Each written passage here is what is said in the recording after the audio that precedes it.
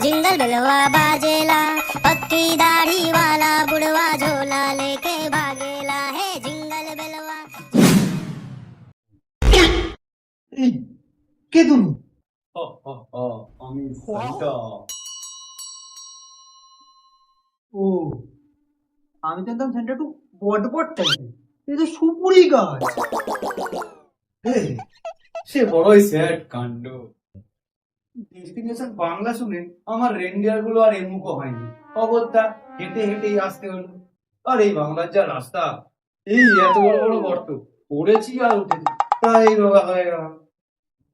ও, তারপরে বাংলায় যে এলে প্রিন্সিপাল পারমিশন নিয়েছো? ওই, কে পিসি?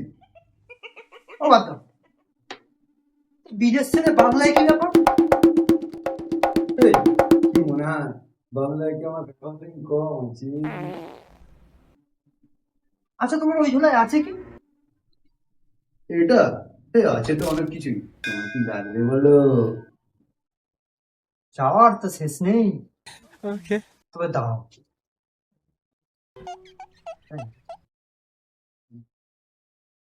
এই নাও।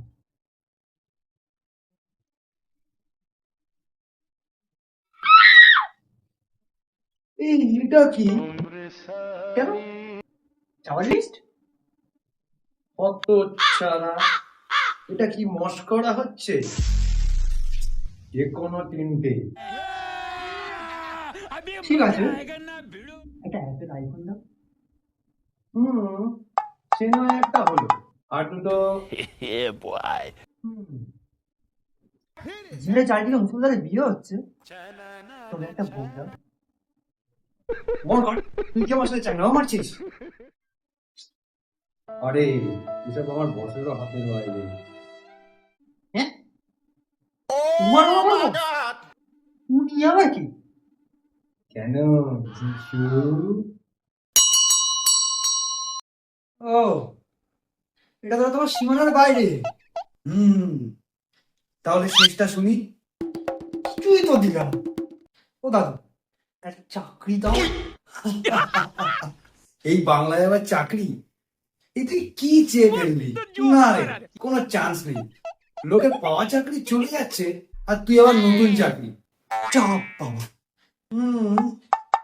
তোকে দেখে যা মনে হচ্ছে পকেটে তো তেমন মোটা না।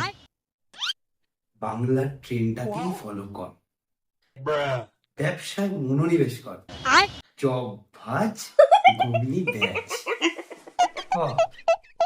বুঝে গেছি, তোমার তাহলে বাংলার হাওয়া লেগে গেছে। खत्म।